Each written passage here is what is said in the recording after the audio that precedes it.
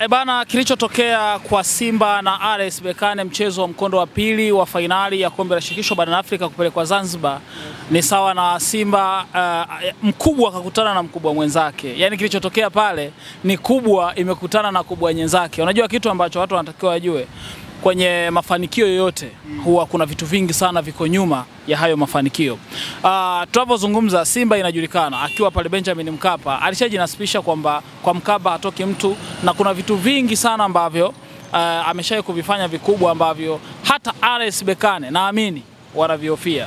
Sasa mimi nahisi kwa sababu ukiangalia kiongozi mkuu au mwenye timu bosi wa RS Berkane ni miongoni mwa top viongozi wa shirikisho la mpira wa mguu barani Afrika. Kwa hiyo nataka kuamini kwamba ushawishi wake unaweza kuwa umepelekea maafisa wa kafu kwenda kusema kwamba uwanja wa Benjamin Mkapa bado haujakuwa tayari kwa ajili ya matumizi ya mchezo wa Mei 25, mchezo wa fainali ya mkondo wa pili. Tumi naona ni propaganda kwa sababu tunaujua uwanja wa Benjamin Mkapa. Mbali na mchezo ambao ulifanyika dhidi ya Al Masry, mvua ikiwa imeisha nyingi na kuonekana uwanja haukuwa mzuri sana, lakini uwanja ule umesha hosti mashindano mengi, umesha hosti michezo mingi, na mvua zimeshawahi kunyesha sana pale na mipira imewahi kuchezwa sana. Kwa hiyo mechi moja tu ya Al Masry haiwezi kutosha kusema kwamba uwanja hauko sawa sawa. Lakini pia wako wengine wanasema kwamba labda pengine mvua inaweza ikanyesha.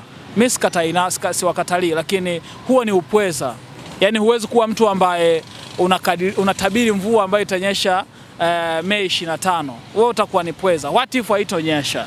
Lakini pia ambacho nakiamini ni kwamba wamewanyima fursa mashabiki wa mpira Tanzania ambao kwa sehemu kubwa huwa Simba inajaza ule uwanja.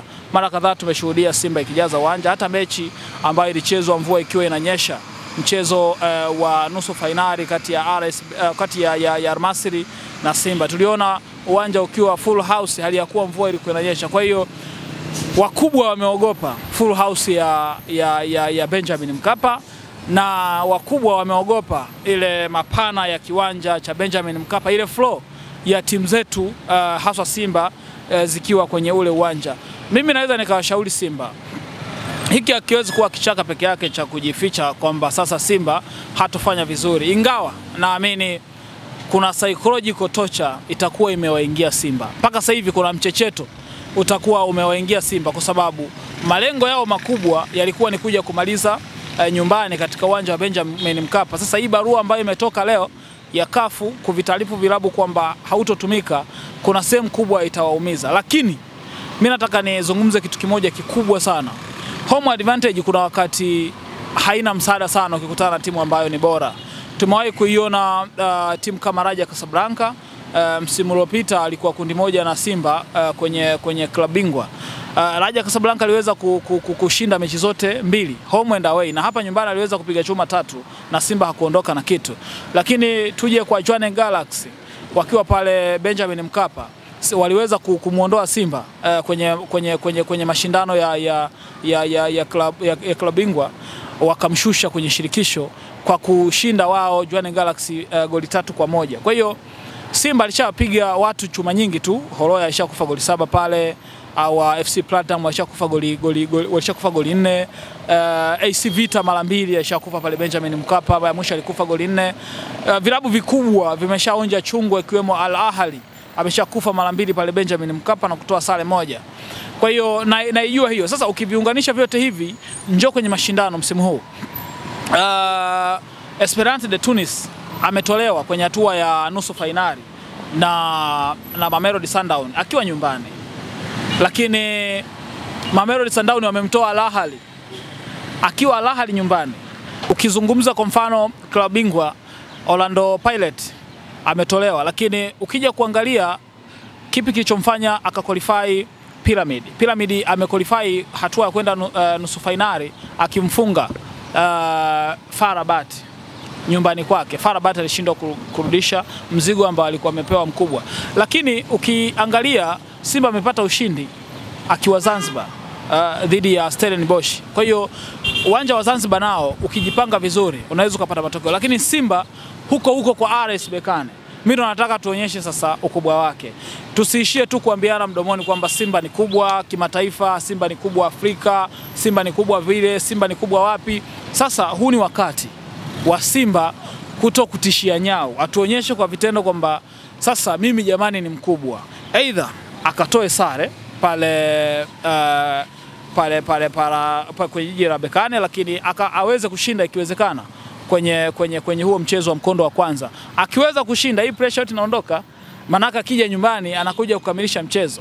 Lakini pia mpira ni namna ambavyo unaamka, namna ambavyo umejipanga, quality ya wachezaji wenye uko nao. Haya yote yakiunganika yanaweza kukupa matokeo au yakakufelisha. Kwa hiyo mimi nataka kuamini kwamba Simba hana kichaka cha kujificha kuhusu yeye mchezo wake wa pili kupelekwa Zanzibar. Still bado tuko Tanzania, ila tu ambacho naendelea kuona kitakuwa cha hatari sana ni kuhusu tiketi.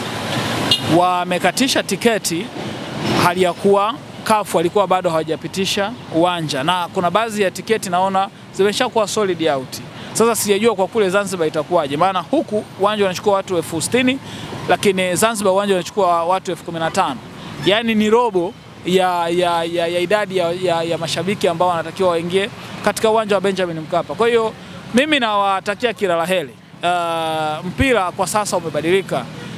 Mpira kwa sasa unaweza ukamfanya mtu chochote, na tumeangalia Barcelona akiwa nyumbani ameshindwa kumfanya chochote Inter Milan, lakini Inter Milan akiwa nyumbani ametumia advantage. Kwa hiyo ana nafasi ya kuonyesha ukubwa wake huko Morocco. Tunapozungumza Simba inajulikana akiwa pale Benjamin Mkapa alishajinasibisha kwamba kwa Mkapa hatoki mtu, na kuna vitu vingi sana ambavyo ameshawahi kuvifanya vikubwa ambavyo hata RS Berkane naamini wanaviofia. Sasa mimi nahisi kwa sababu ukiangalia kiongozi mkuu au mwenye timu bosi wa RS Berkane ni miongoni mwa top viongozi wa shirikisho la mpira wa mguu barani Afrika. Kwa hiyo nataka kuamini kwamba ushawishi wake unaweza kuwa umepelekea maafisa wa CAF kwenda kusema kwamba uwanja wa Benjamin Mkapa bado haujakuwa tayari kwa ajili ya matumizi ya mchezo wa Mei 25, mchezo wa fainali ya mkondo wa pili. Tumi naona ni propaganda kwa sababu tunaujua uwanja wa Benjamin Mkapa. Mbali na mchezo ambao ulifanyika dhidi ya Al Masry, mvua ikiwa imeisha nyingi na kuonekana uwanja haukuwa mzuri sana, lakini uwanja ule umesha hosti mashindano mengi, umesha hosti michezo mingi, na mvua zimeshawahi kunyesha sana pale na mipira imewahi kuchezwa sana. Kwa hiyo mechi moja tu ya Al Masry haiwezi kutosha kusema kwamba uwanja hauko sawa sawa. Lakini pia wako wengine wanasema kwamba labda pengine mvua inaweza ikanyesha. Mimi siwakatalii, lakini huo ni upweza. Yaani huwezi kuwa mtu ambaye unatabiri mvua ambayo itanyesha Mei 25. Wewe utakuwa ni pweza. What if haitonyesha? Lakini pia ambacho nakiamini ni kwamba wamewanyima fursa mashabiki wa mpira Tanzania ambao kwa sehemu kubwa huwa Simba inajaza ule uwanja. Mara kadhaa tumeshuhudia Simba ikijaza uwanja, hata mechi ambayo ilichezwa mvua ikiwa inanyesha, mchezo wa nusu fainali kati ya Al Masry na Simba, tuliona uwanja ukiwa full house hali ya kuwa mvua ilikuwa inanyesha. Kwa hiyo wakubwa wameogopa full house ya Benjamin Mkapa, na wakubwa wameogopa ile mapana ya kiwanja cha Benjamin Mkapa, ile flow ya timu zetu haswa Simba zikiwa kwenye ule uwanja. Mimi naweza nikawashauri Simba